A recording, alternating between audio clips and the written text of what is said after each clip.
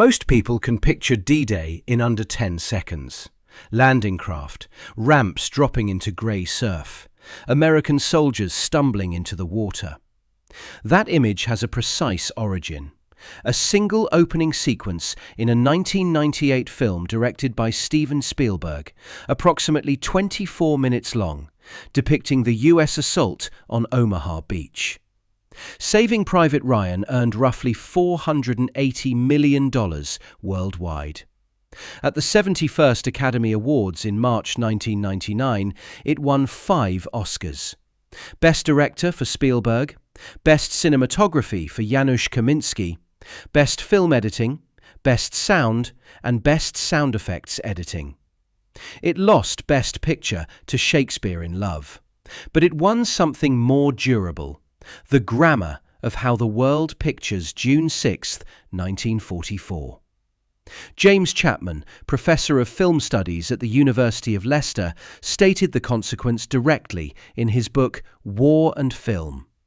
Saving Private Ryan manages to give the impression that D-Day was an entirely American affair.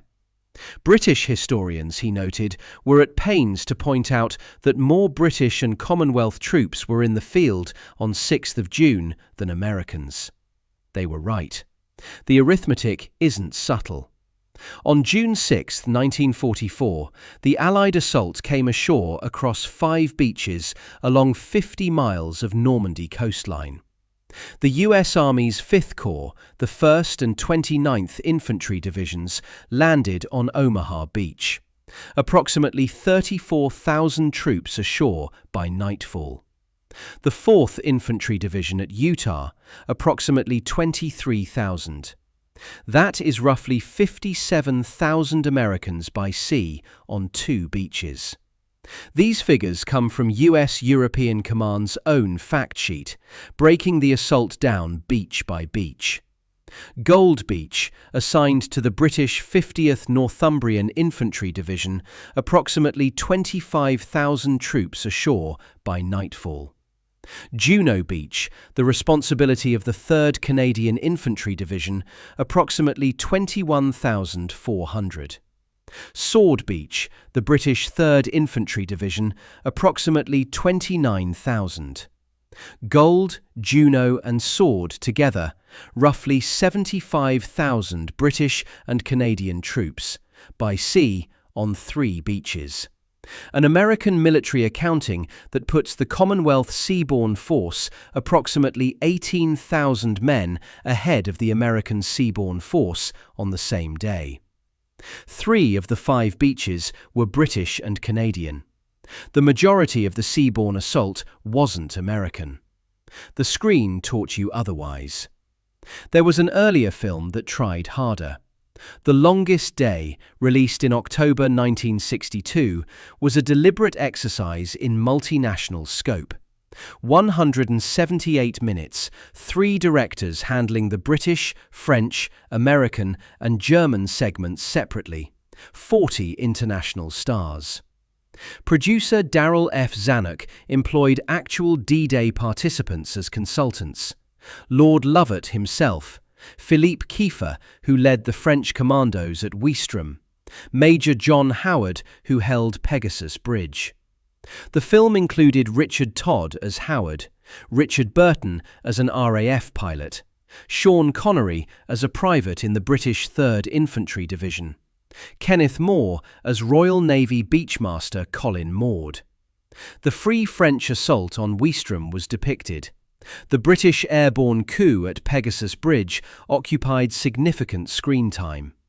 The Longest Day was nominated for 5 Academy Awards and won 2: Best Cinematography and Best Special Effects. It was, for a time, the highest-grossing black-and-white film ever made, earning roughly $50 million worldwide. But ask someone what they remember from The Longest Day, and the answer is almost always John Wayne. Wayne played Lieutenant Colonel Benjamin Vandervoort of the 82nd Airborne Division, jumping into Normandy with a broken ankle. Wayne was 55 at the time of filming. The real Vandervoort was 27 on D-Day. None of that mattered commercially. Robert Mitchum played Brigadier General Norman Cotter, urging paralyzed men off Omaha Beach. According to one account from an IMDb review of the film, Wayne's most memorable scene was watching American bodies hanging from rooftops in Sainte-Mère-Église, a piece of visual storytelling that embedded itself in memory, while Richard Burton's RAF scenes and Kenneth More's Beachmaster work didn't. The film was genuinely multinational. The cultural memory that survived was sorted by star power, filed under American. Peter Caddick Adams, in his history Sand and Steel, makes the point with appropriate bluntness. Saving Private Ryan's interpretations still dominate the D-Day memory because of what Ryan and Spielberg offered: the primacy of US forces on D-Day. One film tried to include the British. Memory overwrote the British scenes with its brightest American faces.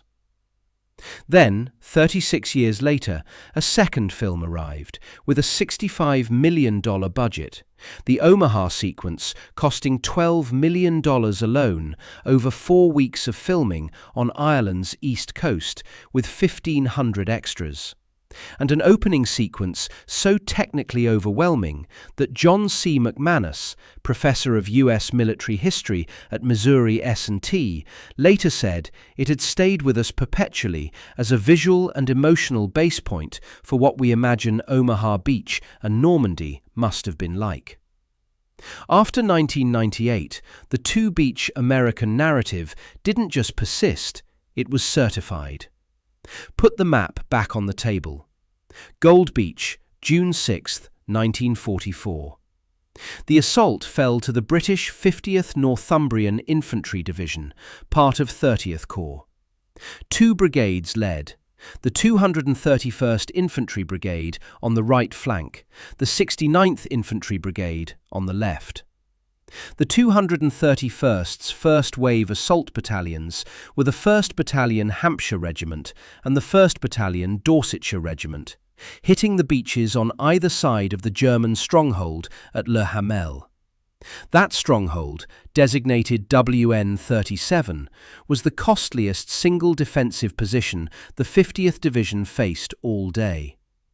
The Hampshires lost men against it through the morning. By the time Le Hamel was cleared, the division had nonetheless established a bridgehead roughly 10 kilometres deep and 10 kilometres wide across their sector. They were at the gates of Bayeux by nightfall. The city fell the following morning, the first town of any size liberated in occupied France. One name belongs here because it belongs nowhere else. Company Sergeant Major Stanley Hollis, 6th Battalion Green Howards, 50th Division. At Gold Beach on June 6, 1944, Hollis performed 2 separate acts of conspicuous gallantry that his regimental history and the official citation both describe as going far beyond what duty required. He was awarded the Victoria Cross, the only VC given for actions on D-Day itself from any beach of any nationality. Gold Beach produced the single highest military decoration of the entire landing. No Hollywood film has told that story. Juno Beach stretched approximately 7 kilometres through the villages of Courseulles-sur-Mer, Bernières-sur-Mer and Saint-Aubin-sur-Mer. This was the 3rd Canadian Infantry Division's battle, the only division from Canada in the initial assault, under Major General R.F.L. Keller, operating as part of the British Second Army's 1st Corps, transported by Royal Navy Force J. The Juno Beach Centre, the Canadian memorial institution on the beach itself, records what the planners gave the 3rd Division as its D-Day objective: to proceed 10 miles inland to occupy the high ground west of Caen and seize Carpiquet airfield by nightfall. 10 miles was the target. The Germans, the tides, and the congestion behind the beaches all had a say in what was achieved. Carpiquet airfield wasn't captured on June 6th. The Juno-Sword link-up wasn't completed on D-Day. But Mark Zulke, who has written more comprehensively about the Canadian Normandy campaign than almost any other historian, states the result directly. D-Day ended with the Canadians 6 miles inland, the deepest penetration achieved by Allied forces during this longest day in history. The Wikipedia operational article for Juno Beach reaches the same conclusion from the operational record. By the time all operations on the Anglo-Canadian front were ordered to halt at 2100, the 3rd Canadian Infantry Division had succeeded in pushing farther inland than any other landing force on D-Day. Forward elements of the 9th Canadian Infantry Brigade, the division's reserve formation, committed from midday onward through positions taken by the 7th and 8th Brigades, ended the day approximately 3 miles from Caen, closer than any other Allied unit. Gold Beach forces dispute that claim. Their published accounts describe the 50th Division's advance as the deepest seaborne penetration of the day. Both sides have historians. The competition was real. What matters for this argument isn't which claim is finally correct, but that this competition, for the greatest advance of the entire D-Day operation, happened on beaches the cinema never showed most viewers. The two sides arguing about who went farthest are Gold and Juno, not Omaha. The first-wave Canadians paid for whatever distance was achieved. The 7th Infantry Brigade landed near Courseulles shortly after 0800.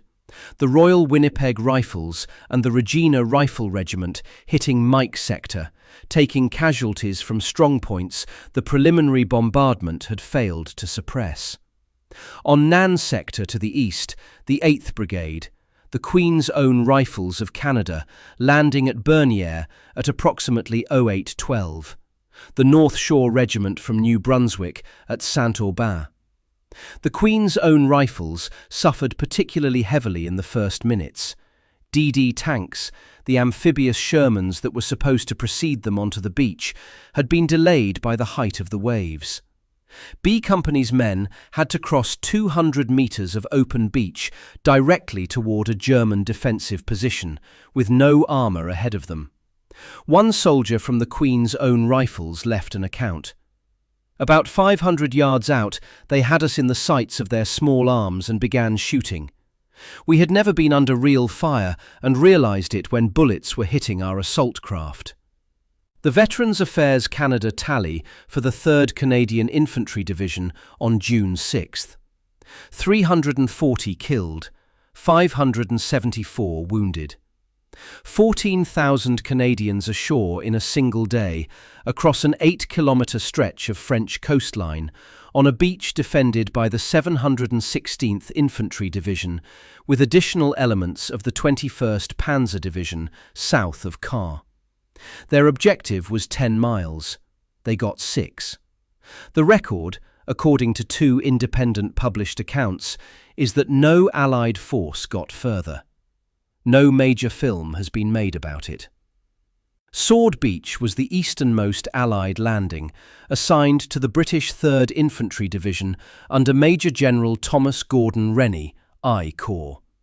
The division's 8th Infantry Brigade led the assault on Queen Sector, Queen Red and Queen White, the 2 most heavily defended stretches of beach frontage.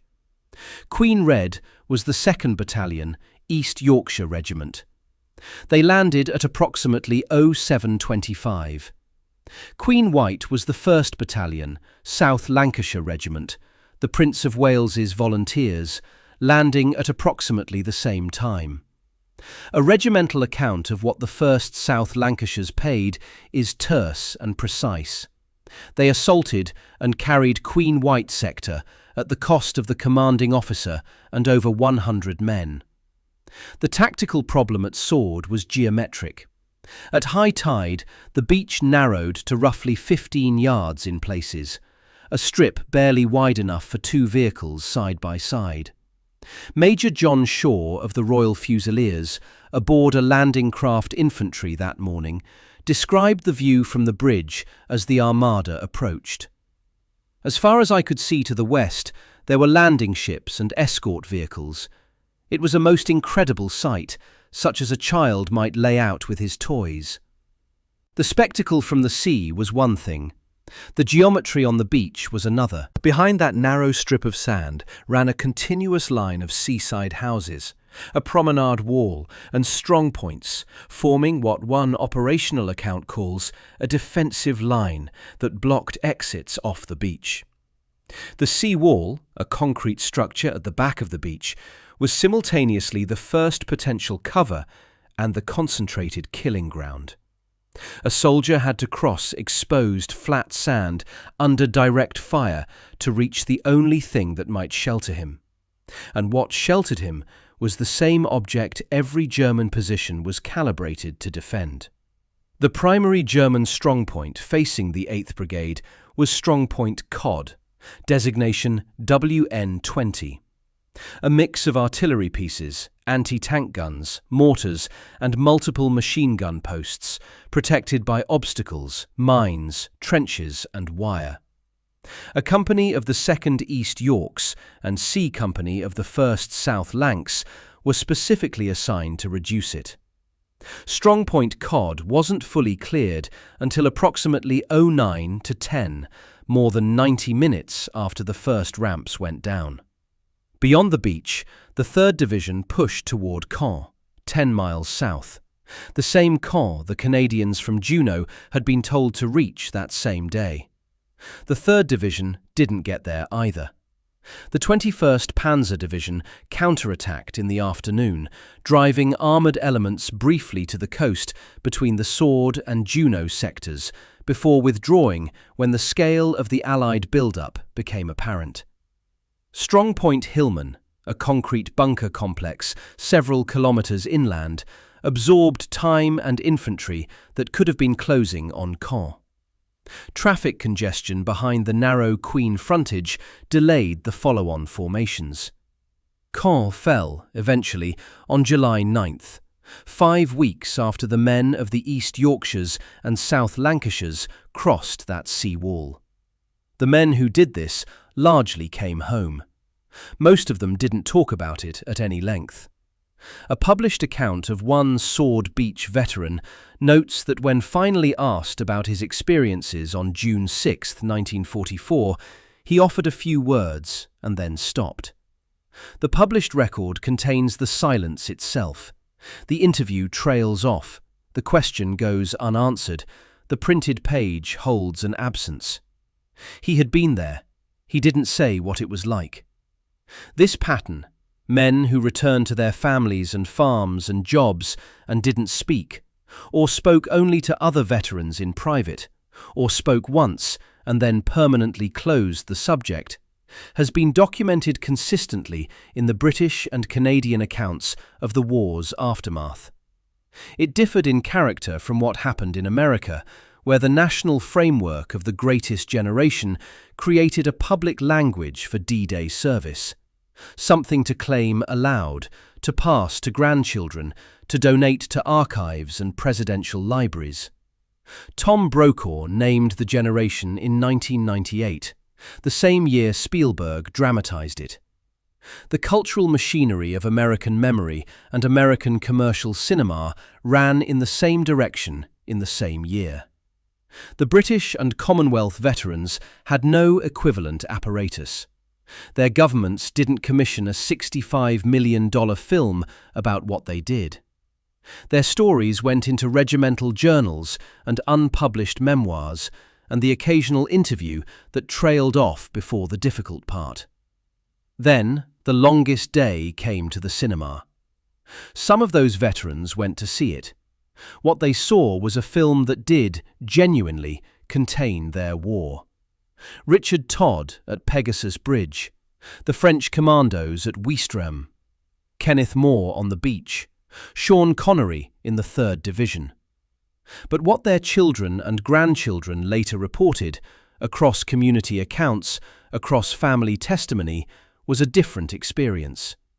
Fathers and uncles who came out of that screening muttering that the Americans had just been given Normandy and then refused to discuss the war again. The American star power had absorbed the memory of the film, even when it hadn't absorbed the running time. John Wayne, at 55, playing a 27-year-old paratrooper, occupied more cultural real estate in the audience's head than Richard Todd playing the actual man who had been on the actual bridge. Now, Private William Millin. Born in Calgary, Alberta, on July 14, 1922. By June 6, 1944, he was 21 years old, and his rank was private.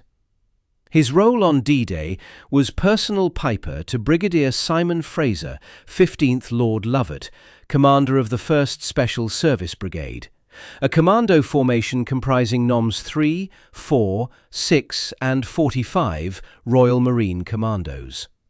Millin carried bagpipes and a ceremonial ski-and-do. He carried no rifle. The War Office had banned the playing of bagpipes at the front. Multiple sources state the rationale explicitly. The casualties among pipers in the First World War had been very high. Pipers had led men over the top in 1914 and 1915 and 1916. They had drawn fire walking upright with their pipes when every other man was running crouched or already dead. The ban was the War Office's institutional response to that experience, reinforced in some accounts by later losses in North Africa, and it stood as British military regulation by the time Overlord was being planned. Lovat's argument against it was simple and entirely personal. As Millin later recalled, and as the account appears in multiple published sources, including the beachesofnormandy.com site and historic-uk.com. But that's the English War Office. You and I are both Scottish, and that doesn't apply. So, at Queen Red Sector, Sword Beach, on the morning of June 6, 1944, Private William Millin stepped off a landing craft infantry small and walked onto an active beach under fire, playing Highland Laddie. As Lovat's commandos reorganised on the sand amid the casualties of the landing, Millin played The Road to the Isles. When the brigade formed up and began its march inland toward Pegasus Bridge to relieve Major John Howard's airborne force, D Company of the Oxfordshire and Buckinghamshire Light Infantry, which had held the bridge by glider assault since the early hours of the morning, Millin kept playing. One officer advised him to run. He played Blue Bonnets Over the Border instead, walking at a normal pace. He kept playing as he reached Pegasus Bridge, arriving where Howard's exhausted men had held since before dawn. In the years after the war, Millin recounted that captured German snipers told him they hadn't shot him because they thought he was mad. This comes from his own reminiscences rather than from any German primary document, and it sits in that category of stories that are almost certainly true in spirit, whether or not every detail survives German corroboration. What is documented is the action itself. An unarmed young man from Calgary walked through active fire, playing a prohibited instrument on the orders of a Scottish lord who had decided an English War Office regulation didn't bind him. A photograph in the National Army Museum's collection shows Millin with the 1st Special Service Brigade in Normandy, 1944. A statue of him now stands at Sword Beach, near Colville, Montgomery. He died in Torbay Hospital on August 17, 2010, aged 88, following a stroke he had suffered in 2003. There is no major Hollywood film about any of this. No opening sequence shot at scale showing an unarmed piper walking through fire. No Academy Awards for the cinematography of a Highland dress uniform moving up Queen Red Beach under a War Office ban rooted in the mass death of an earlier war. The whole event is too specifically British, requiring knowledge of the Scottish Highland regimental tradition, the particular bureaucratic history of the War Office, the precise social relationship between a brigadier and his personal piper, the geography from Sword Beach to Pegasus Bridge, to have been translated into an American commercial product. It has no American visual equivalent. It can't be absorbed into an Omaha montage. That is what makes it the proof object for this argument. There is one further irony. The 1962 film delivered without quite realizing what it was doing. The Longest Day included Bill Millin, but not Bill Millin. He was portrayed in the film by another piper. He wasn't cast in his own role. The film about the morning he walked through fire hired someone else to play him, put that person in the correct uniform, and sent him across the reconstruction of a beach Millin had actually crossed. And then there is Richard Todd. Todd played Major John Howard at Pegasus Bridge in The Longest Day, the British officer who led the glider assault that captured the bridge in the early hours of June 6th. Todd took the role of Howard. The reason this detail matters isn't the theatrical choice, but the underlying fact. Richard Todd was a young officer in D Company, 2nd Battalion, Oxfordshire and Buckinghamshire Light Infantry. He had been at Pegasus Bridge. He was actually there, in the dark, in the early morning of June 6, 1944. 18 years later, the cinema industry hired him to perform a reconstruction of his own night, and he stepped into the shoes of the man he had followed across that bridge, rather than his own. Cultural memory, in that single casting decision, had already consumed one of the men who lived it. Now to the mechanism. Why does culture remember the most expensive images rather than the largest seaborne share? Saving Private Ryan was released across North American cinemas on July 24, 1998. It earned roughly $156 million domestically in its first 3 weeks. It became the second highest-grossing film of 1998 in the United States. By the time it was available on home video, it was the single dominant visual reference for any event it depicted. John C. McManus, in the BBC Culture piece marking the 80th anniversary of D-Day in 2024, said precisely this. The film has stayed with us perpetually as a visual and emotional base point for what we imagine Omaha Beach and Normandy must have been like. Academic papers on geopolitical framing describe it as the ultimate frame of reference about the Second World War generally. A journal article in a military and society publication from the same period states flatly that Saving Private Ryan had already become the dominant view of D-Day.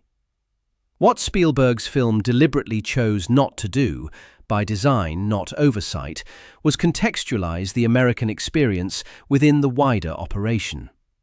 James Chapman, in War and Film, observes that the opening sequence creates intentional tunnel vision. Everything is experienced from Captain Miller's limited point of view. The Commonwealth operations on Gold, Juno and Sword receive one passing mention, a brief dismissive reference to Montgomery being overrated, included as character texture for an American voice rather than as historical acknowledgement. The 75,000 British and Canadian troops landing on 3 beaches across 30 miles of coastline on the same morning are absent from every frame. This isn't an accusation that the film is dishonest. It's a description of what it is. A subjective American war film that became, by the logic of the box office, the most widely watched depiction of D-Day ever produced. The scale of commercial success determined the scale of the memory. And the scale of the memory meant that 3 beaches, Gold, Juno, Sword, entered a kind of cultural receivership. Their soldiers, their Victoria Crosses, their pipers, their deepest inland advances, all valued at 0 in the popular accounting. The same erasure operates one level above the beaches. Admiral Sir Bertram Ramsay served as Allied Naval Commander Expeditionary Force, the officer in command of Operation Neptune, the naval component of Overlord. He directed the largest amphibious naval operation in history from its planning through its execution. The vast majority of Neptune's naval assets were British crewed and commanded. Ramsay coordinated them. He appears in The Longest Day, played by John Robinson, visible in a few planning scenes. He appears nowhere in Saving Private Ryan, not even as a name. Most viewers of the most commercially successful D-Day film ever made can't identify the man who commanded the fleet that delivered everyone to the beach. Now restore the count. June 6, 1944, Seabourn Assault. Roughly 57,000 Americans across 2 beaches. The 4th Infantry Division at Utah, the 1st and 29th Infantry Divisions at Omaha. Those men paid a real and terrible price, particularly at Omaha, where the first waves faced conditions that were, by any honest account, the worst of the 5 landings. Nothing in this correction diminishes what they did. The 1st Infantry Division's dead at Omaha are in the ground at Colville-sur-Mer, and they are owed the same respect as every other soldier on that coastline. But they aren't the whole invasion. They are roughly 57,000 out of roughly 132,000 who came ashore by sea that day. The other roughly 75,000 landed on Gold, Juno, and Sword. Gold Beach.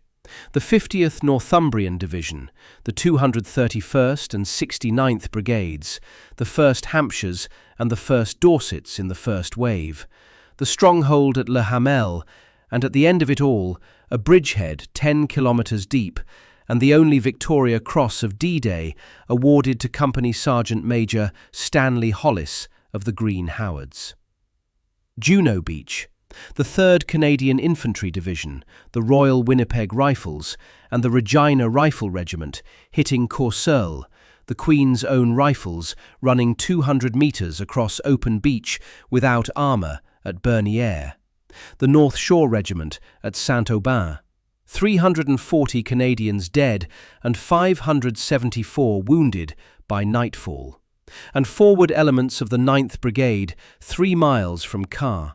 The deepest advance of any Allied force on the longest day of the war, by the reckoning of historian Mark Zulke and the operational record itself. Sword Beach. The 2nd East Yorkshires on Queen Red, the 1st South Lancashires on Queen White, the seawall that was both the only cover and the kill zone. Strongpoint Cod, cleared after 90 minutes of fighting.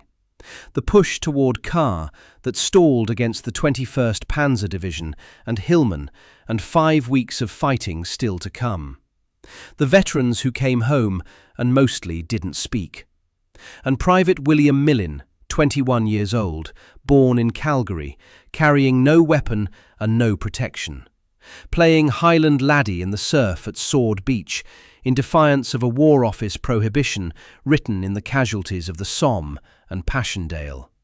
At the order of Brigadier Simon Fraser, 15th Lord Lovat, who had concluded that an English regulation didn't bind a Scotsman. Playing The Road to the Isles on the sand, while men were killed around him. Walking inland, playing Blue Bonnets over the border, until he reached a bridge that had been held since before dawn by men who had arrived in gliders in the dark. None of this is in a classified archive. None of it was hidden. It was all present on the beach on June 6, 1944, visible to anyone who looked at the 5-beach map instead of the 2-beach film. The story Hollywood buried was never missing from the beaches. Gold, Juno and Sword were there. The 50th Division was there. The 3rd Canadian was there. The 2nd East Yorkshires and the 1st South Lancashires were there. Millin was there, playing. The Canadians were pushing south into the deepest Allied advance of the day. Stanley Hollis was earning the only Victoria Cross the landing would produce. The story was missing from the image that out-earned history.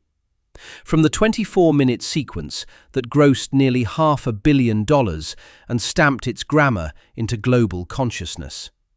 From the film that told a generation of directors, video game designers, television writers, and audiences everywhere that D-Day was one country's ramp and one country's beach and one country's dead. Put the map back where it belongs. 5 beaches, 3 of them Commonwealth, the majority of the seaborne assault in British and Canadian khaki.